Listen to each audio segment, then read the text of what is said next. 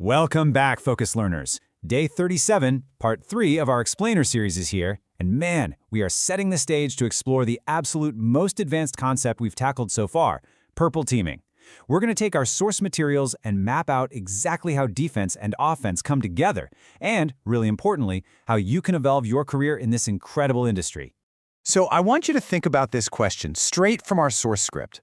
What if the red team and blue team didn't just report to each other, but actually work together in real time? Seriously, think about that. What if, instead of the red team attacking and the blue team defending completely separate from one another, they collaborated simultaneously? The red team sharing their techniques literally as they use them, while the blue team tests detection rules right then and there against those live attacks. That is the essence of what we're looking at today. Okay, let's dive into this agenda. First, what is purple teaming? Then we'll get into running a lab exercise. After that, the MITRE ATT&CK framework. Fourth, evolving security career paths. And finally, building your security arsenal. Section 1. What is purple teaming? It's all about transforming point-in-time assessments into continuous security improvement. Traditionally, what happens is the red team executes these isolated attacks in total secret for weeks. The blue team is completely in the dark, and they only find out what happened through a massive PDF report handed over long after the engagement is over. It's basically a giant brick wall between the two. But we are destroying that security silo. Purple teaming is all about real-time collaboration. The red team shares their techniques exactly as they fire them off, which lets the blue team test their detection rules immediately against a live attack.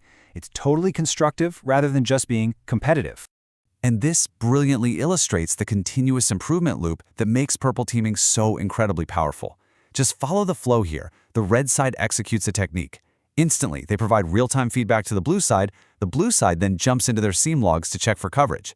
If they miss the attack, no problem. They immediately implement a rule to close that gap, and then they retest right away. This tight feedback loop dramatically accelerates the blue team's precise detection coverage. Why? Because they're building rules while the attack is actually happening instead of trying to reverse engineer the whole thing days later. Section 2. Running a lab exercise, where we put theory right into practice in your own MARVEL.local lab. So we are going to start by discovering blind spots using an LLMNR poisoning attack. Over on the red side, Kali Linux runs the attack using the responder tool to try and capture hashes.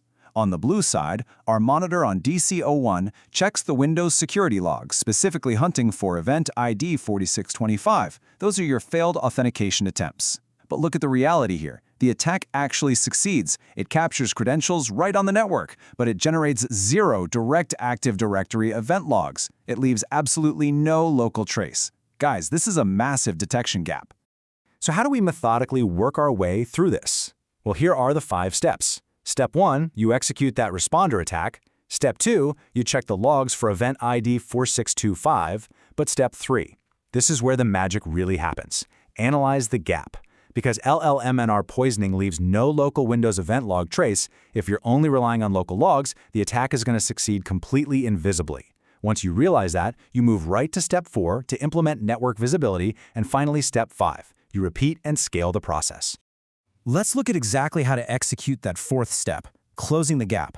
Since relying purely on Windows event logs means we completely miss network-level broadcast attacks, we need a new approach.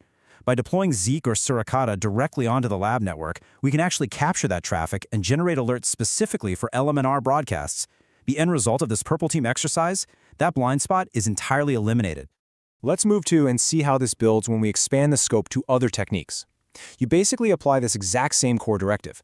Attack from Kali, check detection on DC01, identify the gaps, and implement improvements. So for Kerberoasting, you monitor event ID 4069. For Pass the Hash, you're monitoring event ID 4624. And for DC Sync, you're keeping an eye out for event ID 4062, which is directory service changes. You just repeat this process step by step. Section 3. The MITRE ATT&CK framework. This is how we systematize the purple team approach. MIT ATT&CK is essentially the shared bilingual language of purple teaming. It's a highly systematic organization of adversary behavior that maps out 14 different tactic categories, starting from initial access all the way through to impact. Its main function is to provide documented detection recommendations and mitigation strategies for every single technique out there. The immense value here is that it gives us a standardized game board. Offensive findings translate perfectly into defensive priorities. Now, what's really interesting about this is the validation heat map. Systematic testing creates this highly visual, provable map of exactly how secure your organization is today compared to yesterday. Look at the red cells. Those are undetected techniques. They immediately become the blue team's prioritized improvement list. The green cells? Those are the ones you've successfully detected and validated. That is your actual proof of precise detection coverage against specific adversary tactics. To scale this kind of systematic testing, we use tools like Atomic Red Team. It is a completely free, highly accessible library of test scripts for literally every single ATT&CK.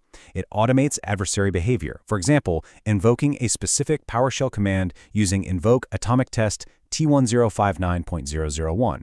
The whole process is incredibly simple. Invoke the test, check the seam for detection, write the rule, and retest. This is the absolute backbone of any systematic Purple Team program. Section 4. Evolving Security Career Paths. Let's navigate your future in the industry. Let's map out the career topography here. We've got 3 distinct mindsets. The offense, or red path, has a primary objective to find weaknesses, which requires this offensive, puzzle-solving mindset focused heavily on Active Directory and custom malware. Then you have the defense, or blue path. They are there to build defenses, requiring deep analytical triage and strategy within SIEMs and incident response. And finally, the synergy, or purple path. The goal here is to translate findings to coverage, which requires fluent bilingual communication that combines attack simulation right alongside rule writing. Let's trace the offense path first. You might start out as a junior pen tester performing structured web and network tests, maybe picking up your EJPT or CEH along the way. From there, you move up to an intermediate red team operator, running Active Directory attacks and evasions, likely with an OSCP. Then you advance to a senior operator doing full-blown adversary simulation using tools like Cobalt Strike and grabbing a CRTO. Finally, you reach that elite principal researcher level, where you're actually discovering your own CVEs and developing novel, custom evasion tools from scratch. Conversely, look at the defense path. You start as a junior SOC Analyst Level 1, triaging incidents and monitoring SIEMs, usually armed with a CompTIA Security Plus. You then evolve into an intermediate incident responder, diving into deep threat hunting with a CISO Plus or a BTL1. Next up is the advanced detection engineer proactively scripting in Python and PowerShell to hunt down hidden threats. And at the absolute elite level, you become a CISO or principal analyst, shaping the entire organizational security strategy with a CISSP, blending deep technical depth with serious business acumen. But right there in the middle is the bridge path. The Purple Team role is this emerging, incredibly valuable career path. It requires deep offensive tool knowledge natively combined with deep defensive SIEM expertise. You really have to be fluent in both. A phenomenal foundation for this is combining the Practical Network Penetration Tester, or PNPT, with the Blue Team Level 1, or BTL1.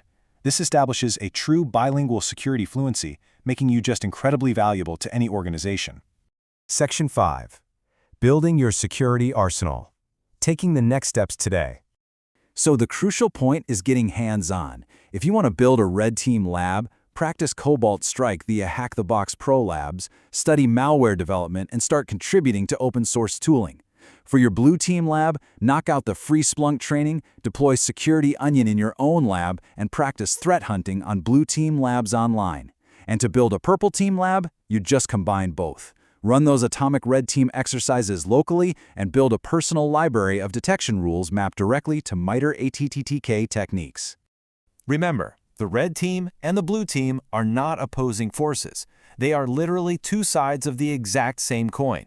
The red team finds the weaknesses, the blue team builds the defenses, and the purple team connects them in real time.